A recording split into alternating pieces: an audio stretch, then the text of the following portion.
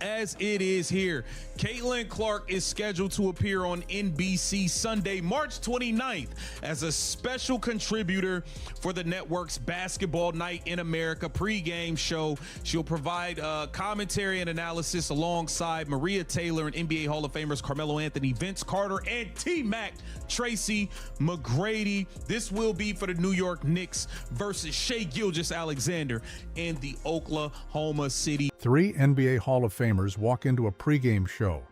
Carmelo Anthony, Vince Carter, Tracy McGrady, and sitting right alongside all 3 of them on NBC's Basketball Night in America is Caitlin Clark. That is not a fantasy booking. That is not a rumor. That is exactly what happened on Sunday, March 29th. And it tells you more about where this league is heading than any press conference any commissioner has ever held. While certain channels were busy manufacturing fake headlines about Clark abandoning Indiana, NBC was quietly cementing her as a credible basketball analyst on their flagship primetime NBA broadcast. The question you need to be asking isn't whether Caitlin Clark is leaving the Fever. She isn't.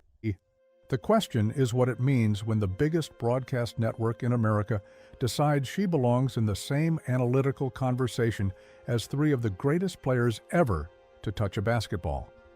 That story alone would be enough. But this week handed us 2 for the price of $1, because while Clark was preparing for her NBC debut, the Indiana Fever's front office was making a roster calculation that could redefine their offseason.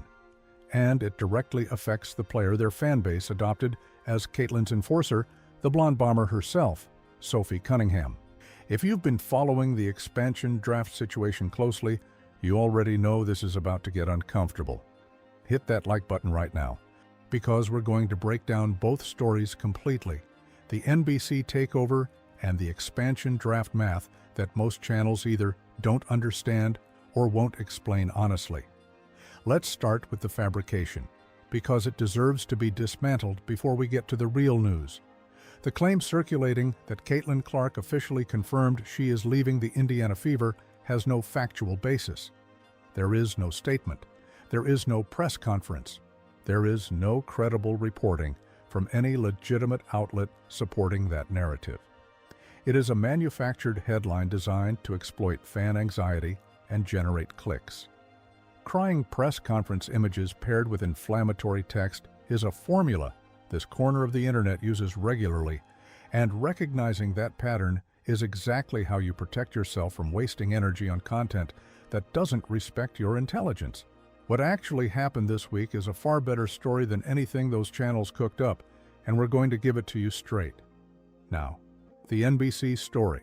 Caitlin Clark was brought on as a special contributor for Basketball Night in America on March 29th. She joined host Maria Taylor alongside Carmelo Anthony, Vince Carter, and Tracy McGrady to provide analysis for the New York Knicks versus the Oklahoma City Thunder, a game featuring Shai Gilgeous-Alexander, who is currently one of the most dynamic scorers in the NBA and a legitimate MVP candidate.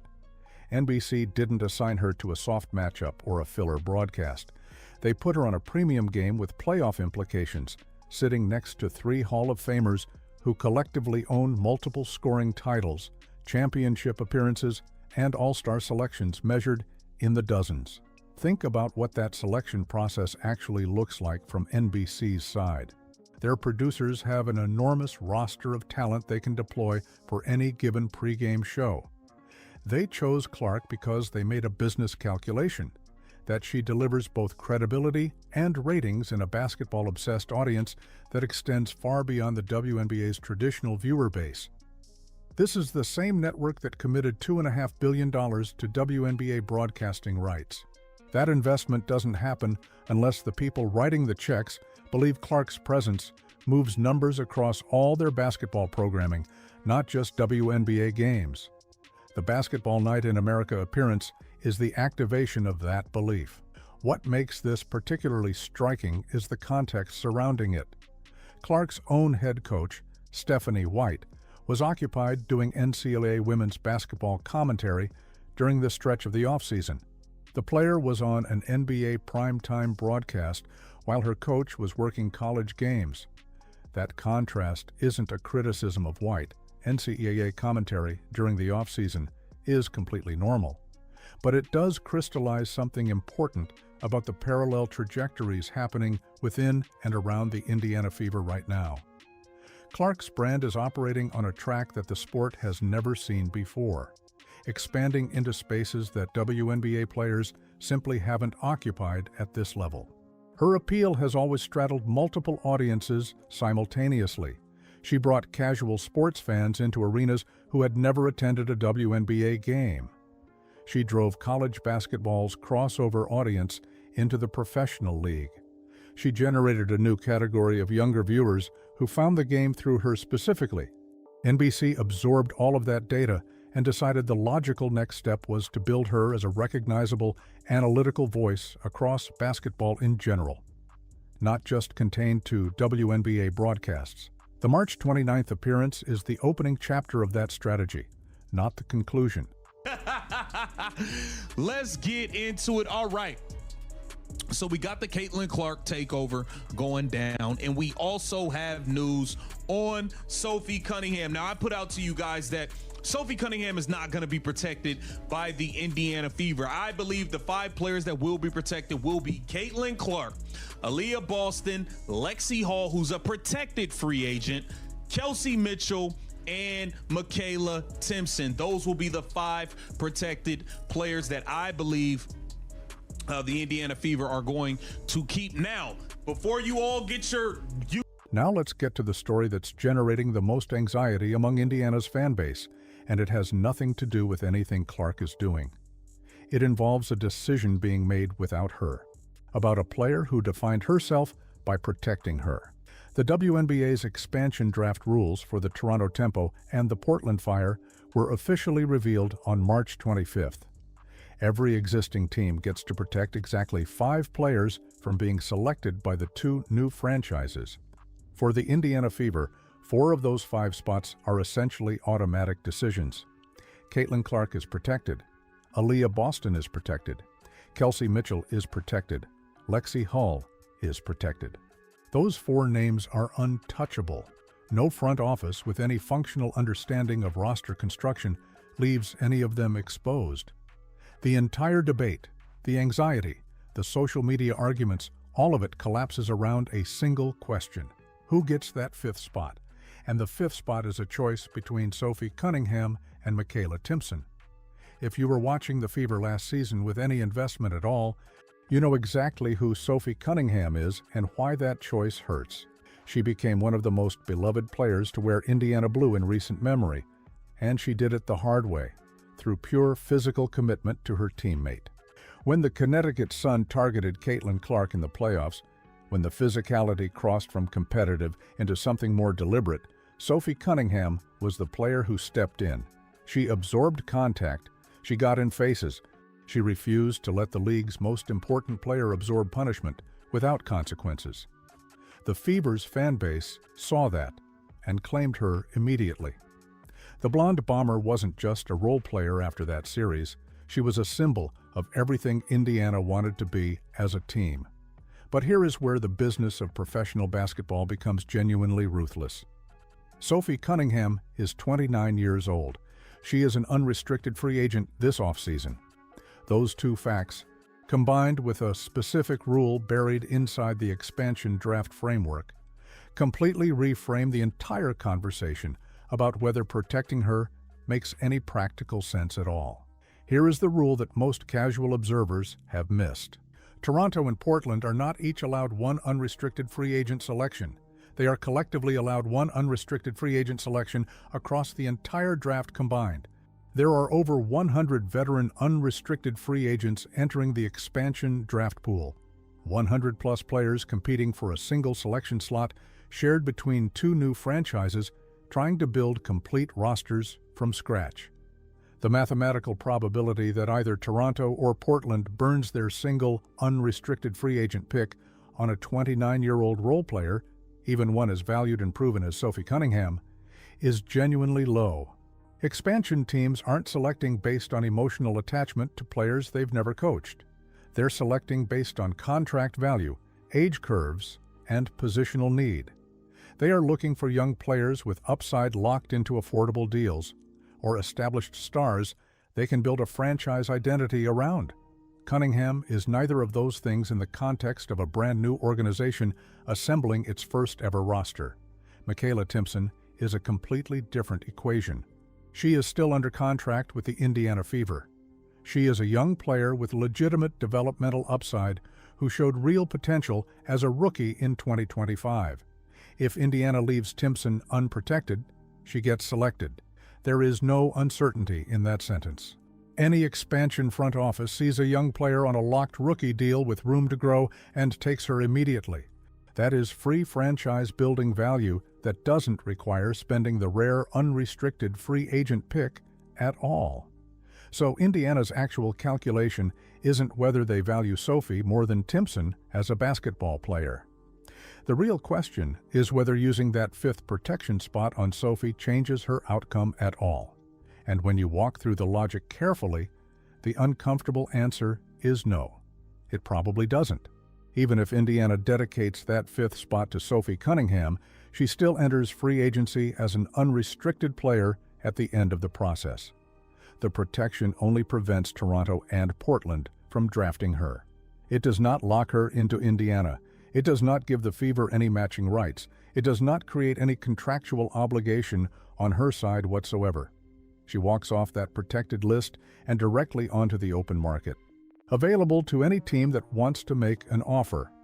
If another organization decides they want what she brings and comes in with the money to take her, Indiana is powerless to stop it, whether she was protected or not. That's the argument that makes this decision so much harder to simply dismiss as cold-blooded disrespect toward a fan favorite. The front office isn't choosing between valuing Sophie and not valuing her. They're choosing between wasting a protection spot on someone they can't control anyway, or using that spot on a young player they would unquestionably lose the moment she was exposed. Drop your thoughts in the comments below. Do you think Indiana is making the right call here, or is this a decision the front office is going to regret? We're building the full picture, and your perspective matters. So, let's see what the community thinks. Now, let's talk about the money, because this is where the tension becomes most concrete. Indiana's salary cap heading into this offseason is compressed in a very specific way. Caitlin Clark's rookie contract is winding toward its conclusion, and when she resigns, and she will resign, she commands a supermax deal that will consume a substantial portion of the team's total cap allocation. Aaliyah Boston and Kelsey Mitchell are both significant cap commitments. Those three players represent the undeniable core that Indiana's entire competitive window is built around, and their contracts take clear priority in any financial planning the front office does. That leaves the complementary pieces competing for whatever cap room remains after the big three are handled. Sophie Cunningham, based on her demonstrated skill set, a reliable three-point stroke, physical defensive commitment, playoff experience, and the specific toughness that elevated her profile during the Connecticut Sun series, could realistically attract offers in the range of $650,000 to $700,000 from a team with available space and a genuine need for her contributions. Indiana's internal math, according to multiple analysts tracking the Fever's cap situation, puts their realistic ceiling somewhere between $400,000 and $450,000 for a complementary role player with limited flexibility to push much higher without compromising the deals that keep their core together. If the gap between Indiana's best offer and the market's best offer lands at $250,000 or more annually, that is not a small ask. For a 29-year-old professional athlete who has dedicated years to building her career, who has navigated injuries and contract uncertainty, and who realistically has one or two significant contracts remaining in her professional window, every dollar at this stage carries compounding weight. The Fever's single core designation this offseason, a mechanism that would allow them to retain a player above the standard cap tier, is almost certainly committed to Kelsey Mitchell. Mitchell's role as one of the WNBA's most dynamic backcourt players, and her value to the offensive system Clark operates within, makes her the clear candidate for that designation. That means Indiana cannot use the core tag as a tool to retain Sophie, even if they wanted to offer her a premium deal above their standard cap threshold. The financial pathways are already allocated before Sophie's situation is even addressed. Before we go deeper, if the kind of analysis that cuts through the noise and gives you the real contract mechanics instead of the clickbait version is why you keep coming back, consider joining the channel as a member. Your support is what makes it possible to keep going this deep when everyone else is manufacturing fake headlines. Hit that join button below. Here's what makes the Lexi Hull comparison so important to understand, because it clarifies exactly why the decision-making process isn't simply about which player the Fever likes more. Hull is a restricted free agent. That designation is a fundamentally different legal and contractual situation than what Cunningham faces. If any team offers Hull $500,000, Indiana can match that offer and retain her. They control the conversation entirely. No matter what the market does, the Fever have the final word on whether Lexi Hull stays in Indianapolis. They never lose her without choosing to let her go. Cunningham is unrestricted. The moment she signs an offer with another organization, Indiana can only watch. They have zero recourse, zero matching rights. They can call her agent and express interest. But if another team's contract is on the table, there is no mechanism that allows Indiana to intervene. That is why Hull gets protected, despite also being a free agent. And that is why the front office views Cunningham's situation as genuinely distinct from Hull's situation, not because of any difference in basketball value, but because the contract structure gives Indiana leverage in one case and none in the other. If you know someone still convinced that Indiana not protecting Sophie means they don't respect what she did for this team, share this video with them. The contract mechanics tell the complete story in a way that emotional narratives simply don't, and more Fever fans need to be working with accurate information heading into the draft. Now let's walk through both realistic scenarios, because Fever fans deserve to understand exactly what they're facing. The optimistic scenario plays out like this. Indiana leaves Sophie unprotected. Toronto and Portland survey the pool of over 100 unrestricted free agents and determine that neither franchise wants to burn their single combined selection on a 29-year-old role player when cheaper, younger options exist throughout the pool. They pass on Sophie. She enters regular free agency. Indiana approaches her first with what they can realistically offer, and Sophie makes a decision that weighs financial opportunity against competitive situation. Playing alongside Clark, Boston, and Mitchell on a legitimate championship-contending team has genuine value. Market discounts happen in professional sports. Veterans do sometimes accept less money to stay in environments where they can win. If Sophie values the Indianapolis situation enough to leave $200,000 or fewer dollars annually on the table, she stays. The front office looks prescient. The fan base exhales. The pessimistic scenario runs exactly as far in the other direction. A rebuilding organization, potentially one of the new expansion teams in free agency, or an existing franchise with significant cap space and a desperate need for credibility, identifies Sophie's toughness and three-point ability as the exact profile they're building around. They offer her $650,000 or $700,000. At that number, Indiana's financial architecture makes matching impossible. Clark, Boston, and Mitchell eat the available cap. There is simply nothing left to compete at that salary tier for a role player. Sophie takes the money, and Fever fans are left frustrated that the front office didn't protect a player who earned their love. But here is the analytical reality that makes the pessimistic scenario less devastating than it appears. If a team was willing to pay Sophie $700,000 in free agency, they were never going to waste their single expansion draft selection on her in the first place. They would wait until free agency and sign her without spending draft capital.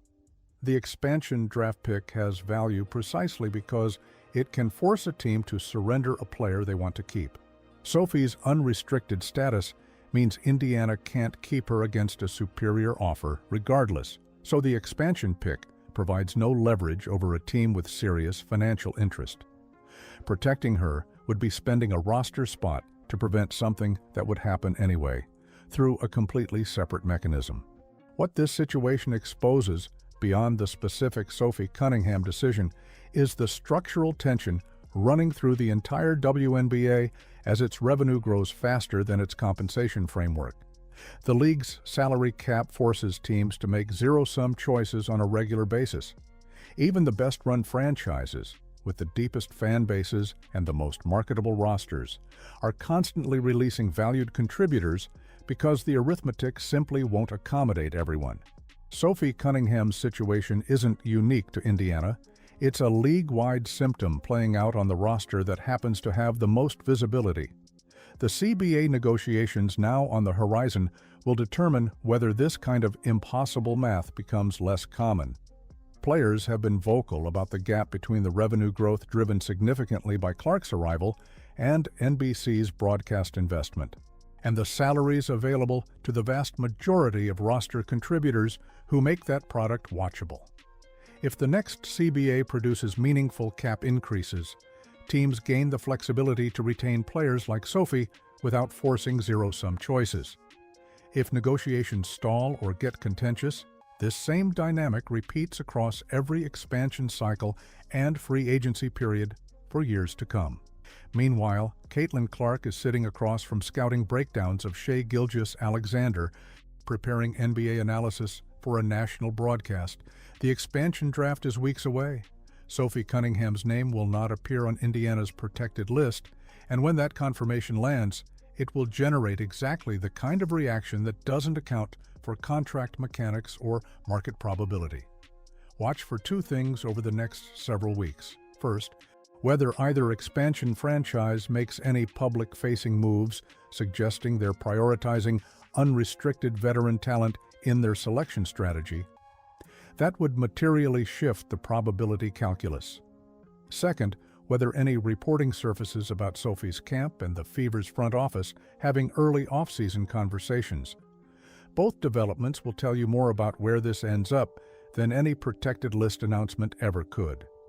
The expansion draft is coming fast. Subscribe and hit the notification bell right now so you don't miss our full breakdown the moment those selection results drop, because every pick is going to have ripple effects on Indiana's roster construction heading into Clark's final seasons on her rookie deal.